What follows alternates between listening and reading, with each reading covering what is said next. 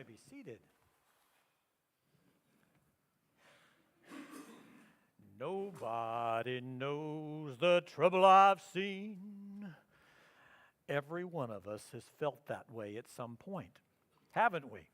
If we didn't have a bad day, we had a bad week, or a bad month, or a bad year, or a bad decade. And it felt like life was falling apart and crashing down upon us, and we didn't know how we were going to get out of the mess we were in. And we felt like we were the only one. That's exactly what's going on with the prophet Elijah this morning as he complains to God, you know, I did everything you asked, but your people have rejected you. They tore down your altars. They've killed all your prophets.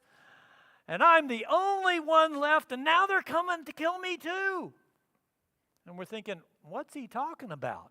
Because we came into this story right in the middle. Now, if you start the chapter before, what you find out is that King Ahab, you know, he's the guy who chases after Moby Dick.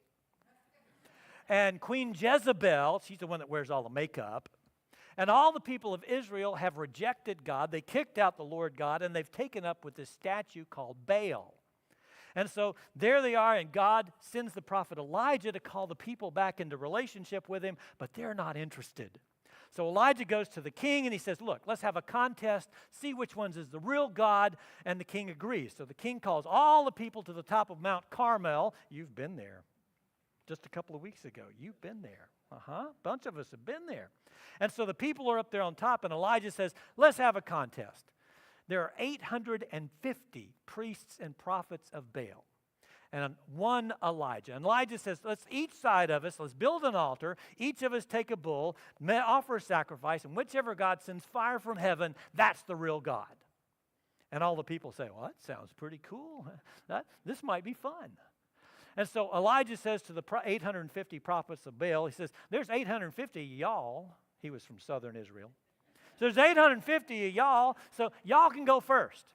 And so the prophets of Baal build themselves an altar, and they cut some wood, and they put on top of it, and they kill a bull and cut it up and put it on top of that. And then they dance around, and they pray, and they call on Baal all morning until noon. Nothing. And about noon, Elijah starts talking trash. So, where's your God? What's the matter? Maybe he's asleep. You need to wake him up. Maybe he's in the bathroom. You need to call him out.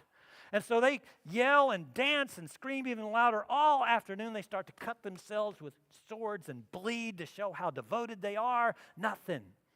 And late that afternoon, Elijah says, okay, it's my turn. And Elijah builds an altar, and he cuts the wood, and he puts on top of it, and he kills the bull, and he cuts it up in pieces, and puts that on top. And then he digs a trench all the way around the altar. And then he calls 4 guys who are standing around. He says, go get buckets and water and bring them here. And they pour these 4 big buckets of water on it. And he says, go do it again. They do it. He pours more on there.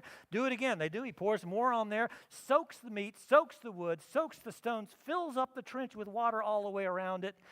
And then he says, okay, God of Abraham, Isaac, and Jacob, show these people who's the real God. And fire comes down from heaven, burns up the meat, burns up the wood, burns up the stones of the altar, and licks up the water in the trench all the way around. People are pretty impressed. And they say, the Lord is our God, the Lord is our God. Elijah says, see those prophets of Baal? Let's kill them. And they do. And there was great rejoicing. Yay! And you think, you know, Elijah just won the contest. He's killed all the bad guys. He ought to do a couple of victory laps around the whole country. But Queen Jezebel hears what happens to her favorite prophets, and she sends a hit squad out to get Elijah. And when he hears about that, rather than calling down fire on all of the bad guys, he runs away. For 40 days, he runs away into the desert, where we find him today singing, nobody knows the trouble I've seen, and complaining to God, of all your people, I'm the only one left. And God replies, no, you're not. I still have 7,000 people who have not bowed the knee to Baal or kissed his statue. And I have 3 guys that you need to go anoint and tell them I have jobs for them. So suck it up, Buttercup. Get up off your butt and go do your duty. And Elijah says, oh, okay, and goes. Now, the point of all of this is whether you're a prophet of God who had just pulled off a mighty miracle, or just a regular Joe or Jane like any of us, every one of us has bad days. Sometimes, like Elijah, bad 40 days or longer.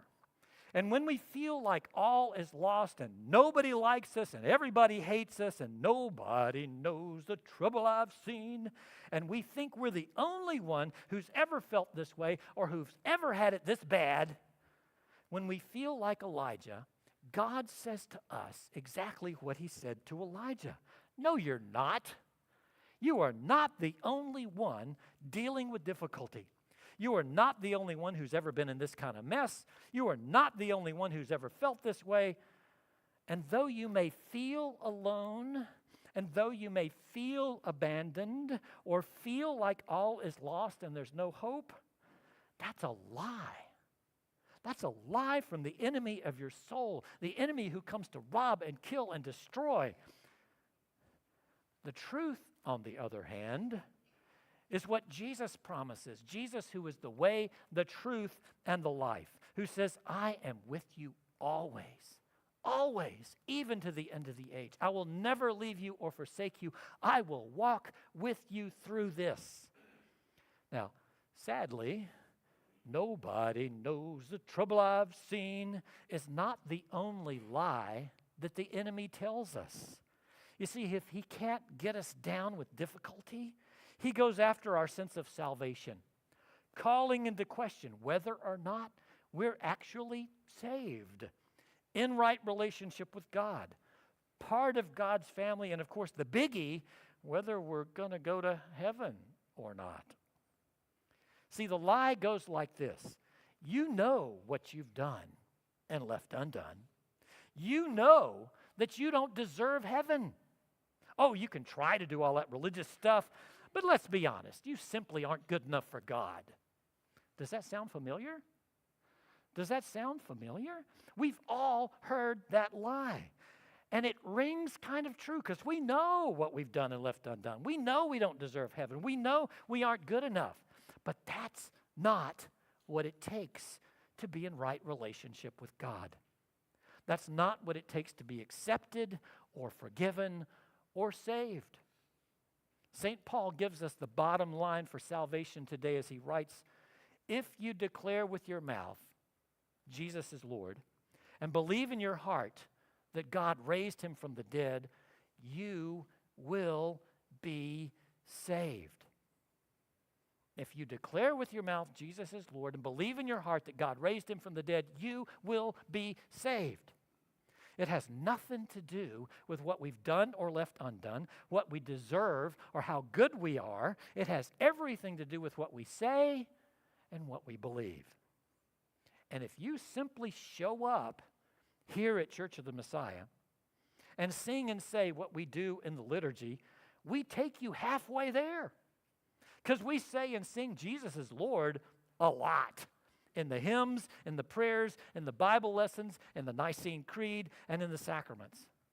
And if you show up regularly and say and sing what we do for very long, you will find yourself believing that God raised him from the dead, along with a whole lot of other helpful stuff about faith, hope, and love. You see, if the enemy can't take us down with difficulty and the lie that we're all alone and without hope, he tries to convince us that we're not good enough for God. And even if everybody else is going to heaven, you aren't. You're the only one going to be left behind. And God replies to that lie like he did to Elijah, no, you're not. You're not the one left behind. If you declare with your mouth Jesus is Lord, and we've already done that at least a dozen times already today. And you believe in your heart that God raised him from the dead, and if you stick around here long enough, you're going to believe that. You will be saved. Done. Over. And the devil says, dang it. If he can't take you down with difficulty or call into question your salvation, he has one more lie to try. And St. Peter today is the poster child for that lie. Bless his heart. You heard the story. The 12 disciples are in the boat on the Sea of Galilee. You've been there too, in a boat. In a boat on the Sea of Galilee, in the middle of the night, in the middle of a big storm. And they're freaking out. And then Jesus comes walking on the water, and they get even scareder because they think he's a ghost. And Jesus says, hey guys, it's just me. Don't be afraid. And Peter, bless his heart, says, okay, Jesus, if that's you, you call me out to walk. And Jesus, can't you see Jesus just chuckle? Okay, Pete, knock yourself out. Come on. And Peter climbs out of the boat. He starts to walk towards Jesus, and then he realizes what's going on all around him, and he loses his confidence, and he starts to sink, and he says, Lord, save me. Now, had I been Jesus, I would have gone, that's on you, Pete. But Jesus did not do that. Instead of laughing at him or pointing or slapping him for failure, he reaches out his hand, pulls him to himself, and said, why did you doubt? Why did you doubt? In other words, Peter, you had this. You had this. Why did you doubt? How many of us have had a great idea for something that would be beneficial to ourselves or our family or our community or our job or the whole world, and when we set out to do it, we ran into wind and waves against us, and we got scared or sidetracked, or it got too hard, and we choked and went under the water and failed. I have. And when that happens, and it happens to us all, when that happens, Jesus does with us exactly what he did with Peter. He reaches out his hand, he pulls us up into his arms, and he saves us so that we can try again another time. When the devil reminds you of all the times that you flopped and sank under the storm, God answers that lie and says to you, you are not the only one who's failed. Peter did, every other apostle did, every saint has, everyone does. Let's learn from it and let's try again. When life is hard and you start singing, nobody knows the trouble I've seen, Jesus says, you're not the only one who's ever felt that way, and I am with you. And when you wonder if you're good enough for God, Jesus says, you are not the one left behind, because if you declare with your mouth Jesus is Lord and believe in your heart that God raised him from the dead, you will be saved. And when you've blown it in life, and Jesus says, you're not the only one who's failed. Come on. Let's try this again. And the good news is the Messiah family offers you a way to get past all three of those lies with the Messiah's way that starts later this month. You're going to have opportunities to volunteer and serve somewhere here in the parish and or out in the community in ways that will change the world with Jesus, one child, one person, one family, one community at a time.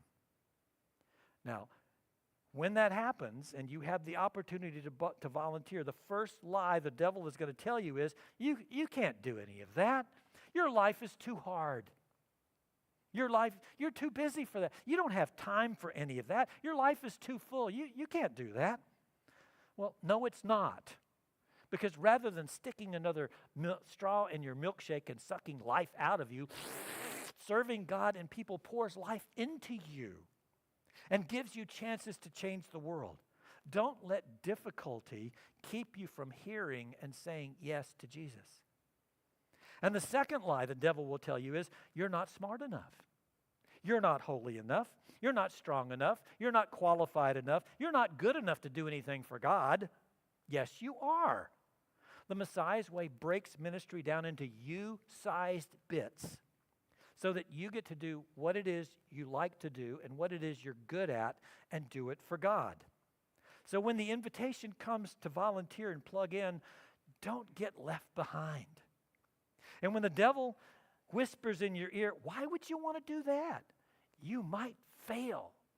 Well, yeah, you might. But so what? You're never going to know if you can walk on water until you climb out of the boat. Don't let fear of failure keep you from the adventure that the Messiah has for you, because it is an adventure.